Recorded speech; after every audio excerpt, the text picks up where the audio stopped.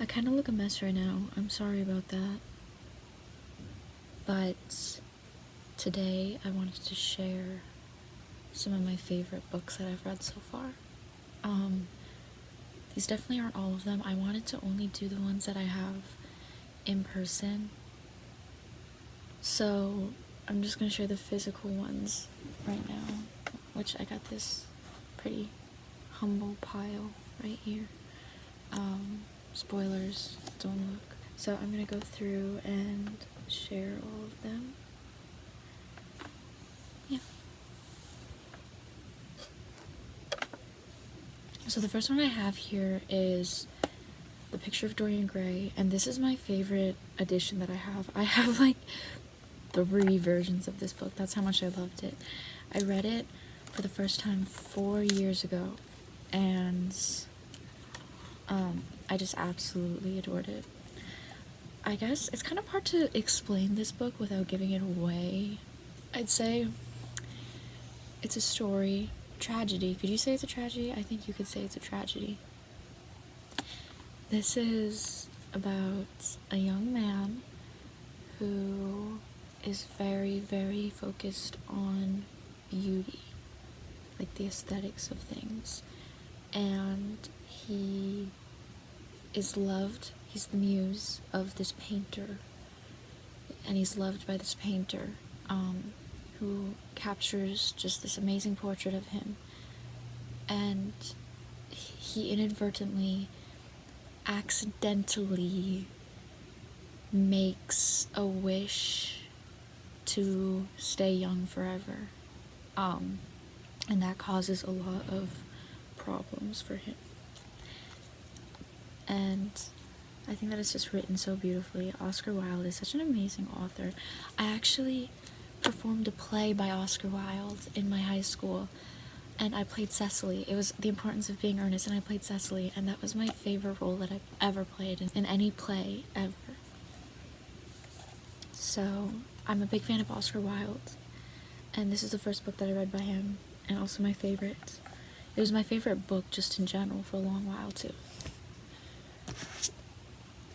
This next one, I actually watched the movie before I read the book, so I have kind of, I guess I had a bias where I was like, I know I'm gonna love the book, but bones and all, let me tell you, I was into that whole like cannibalism as a metaphor for love, that thing, before it got popular. Okay, I'm an OG. I know it's crazy to say. I'm gatekeeping, but I was an OG cannibalism as a metaphor for love. Okay, OG. Before even this, I was like so big into that. I was like, I was getting bullied by my friends saying like, you're such a weirdo. But I loved it. I was into it. I thought that it was so beautiful.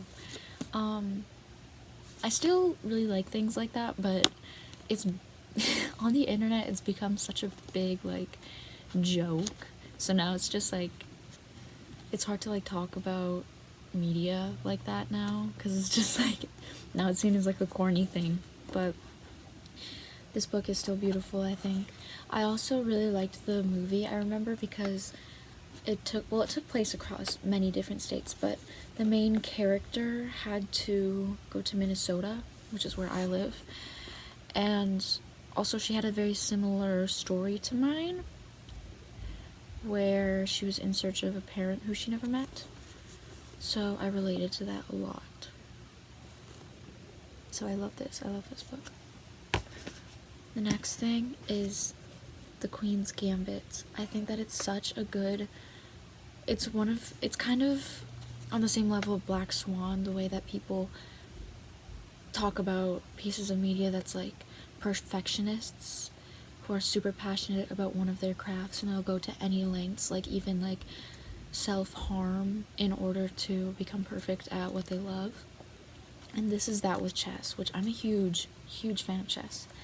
I love chess. I was in chess club, and I really want to do like chess tournaments, so this really resonated with me a lot. And it's a very beautiful story. It's very it's so interesting. I just love books that kind of focus around one specific thing, if that makes sense. Like, this is about chess. Like, one specific thing that the main character is just super good at, and so then you get to, like, kind of almost live through the main character and learn about that thing.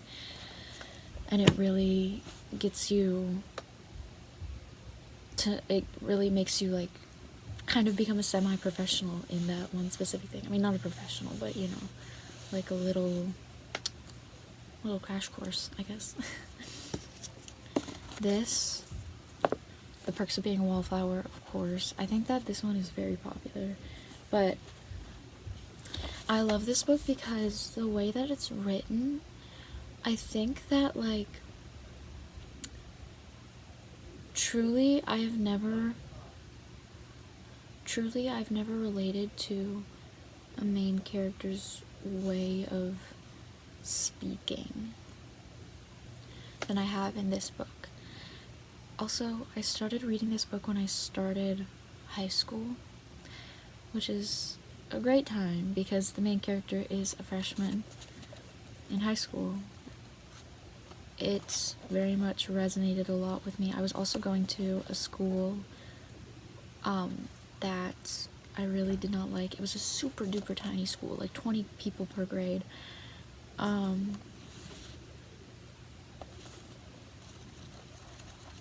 it was not the best experience for me.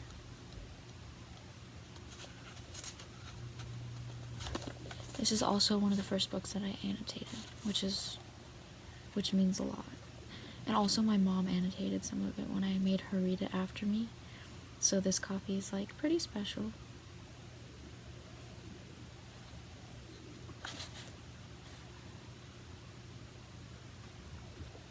One of my favorite is this. But mostly I was crying because I was very suddenly aware of the fact that it was me standing up in that tunnel with the wind over my face, not caring if I saw downtown, not even thinking about it, because I was standing in the tunnel, and I was really there, and that was enough to make me feel infinite. This next one is a really recent read. It's about two girls going to this liberal arts college, I believe, and it's kind of like in the middle of nowhere in the woods. I think it took place in Canada, correct me if I'm wrong. And it was sort of like, I mean, the blurb here says it's a fine line between admiration and envy. Like, one of the girls really admires the other girl for her life, which is very that's a theme that I really like, where it's like a sort of admiration that is almost like an obsession, you know. It's such an interesting theme to me. It's kind of a short read, I think. Well, no, it's like 200 some pages. It's not too bad. I really, really like this one. This one I could talk about for hours. You were probably expecting it. You probably saw it when I was holding up all the books. This one is just so amazing. People might say that's overrated, which I think that it is very much. Like, it's very well loved. And I think that a lot of people, I'm not trying to sound pretentious or anything, but I think that a lot of people don't really understand the point of the book.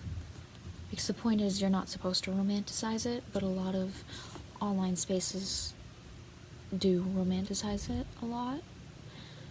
I could talk about that. I could make a whole video about that, but that's not what this is about. But I just think that the prose is just absolutely genius in this book. Absolutely genius. It's very long, and the thing about me is I love long books. I want every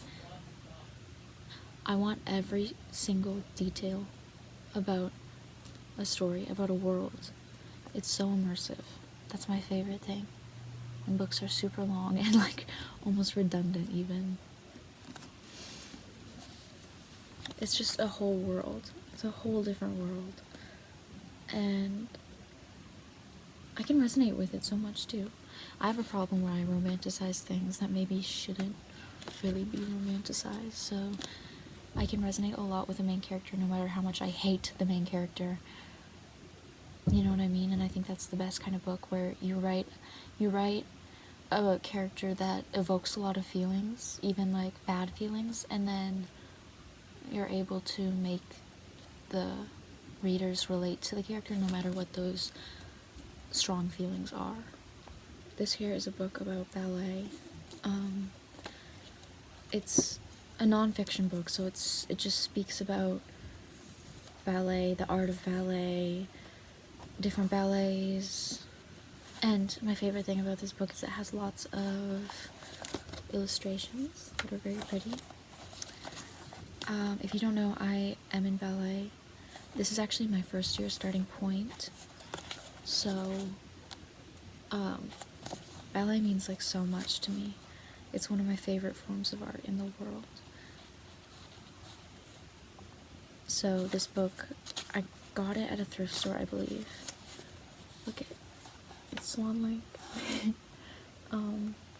But yeah. This book, if you are into ballet in any way whatsoever, I really recommend getting this book. It's very poignant. I almost forgot this one, so I didn't really show it when I was showing them like this, but this is really important to me. I love this book. First of all, main character has the same name as me. Absolutely love it.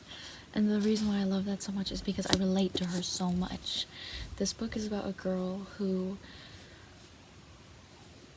immerses herself in a scene of like punkish. I think it was punk. Like the punk scene around her. She really wants to get far in this scene.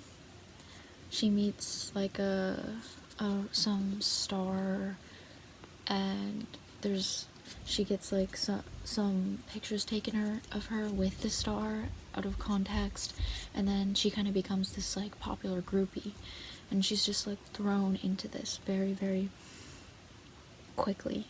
And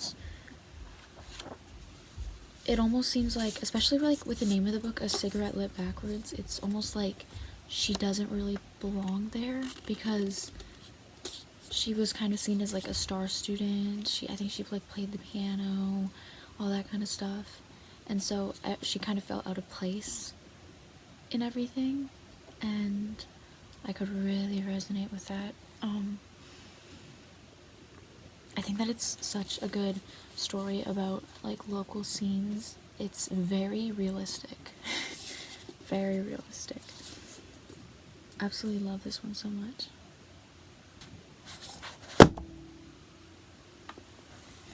Oops. Okay, that's all of the books that I wanted to share. As a bonus, I'll say I'm currently reading Perfume. Beautiful prose. Great book. I'm like halfway through. Yeah, that's all I wanted to share. I really wanted to do a video about books, so I'm glad that I'm finally doing this. Yeah.